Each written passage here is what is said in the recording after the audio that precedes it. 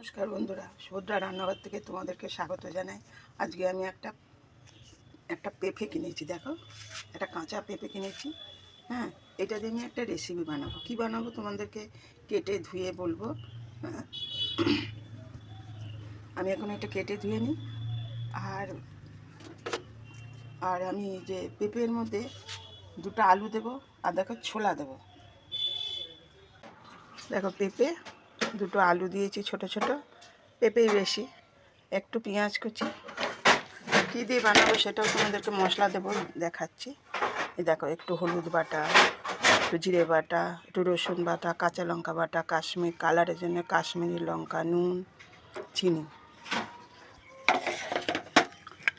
আর ফোড়নে দেবো গরম মশলা, জিরে, তেজপাতা, শুকনো লঙ্কা। আর মশলা যখন কষবো তখন একটুখানি হিং দিয়ে দেবো। হিং দিলে খুব টেস্ট হয়। আর এই যে ছোলা সেদ্ধ করেই রেখেছি, দেখো কত বড় বাটি। দেখো, আমি কড়াই এবার তেল দিয়ে দিচ্ছি।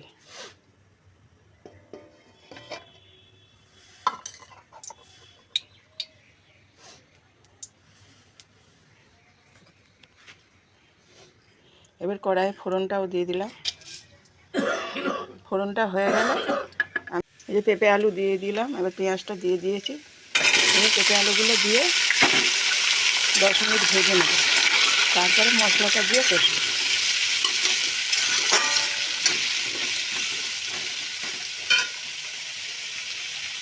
এবার একটু হিং দিয়ে দিলাম। এবার আমি মশলাগুলো সব দিয়ে দেবো। হিংটা মশলার সঙ্গে কষবো। এবার একটু জল দিয়ে দিলাম।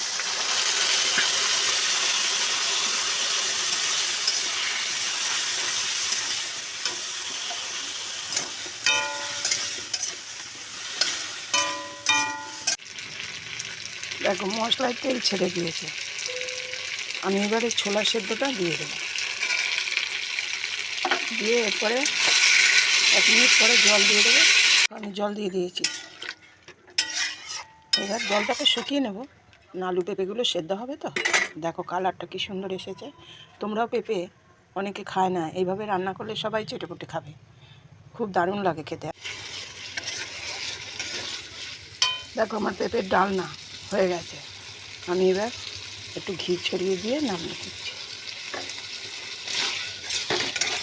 দেখো, আমি পেঁপের ডালনা নামিয়ে ফেলেছি।